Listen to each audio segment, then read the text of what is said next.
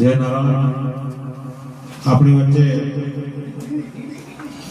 દર ચોથના જે હિંમતભાઈ લોક સાહિત્યકાર પધાર્યા છે એમના બાપુજી સ્વર્ગવાસ પ્રવીણભાઈ નરસિંહભાઈ રાજગોર એમને આજે શ્રદ્ધાંજલિ નિમિત્તે આપણે સંતવાણી પદ્મરૂપી ફૂલડા અર્પણ કરશું. તો સ્વર્ગવાસ પ્રવીણભાઈ નરસિંહભાઈ રાજગોરને આજે 1.5 મહિનો થયો, તો એમને આપણે સૌ ભેગા મળી 2 મિનિટનું મૌન પાડી અને શાંતિ આપશું. આપણે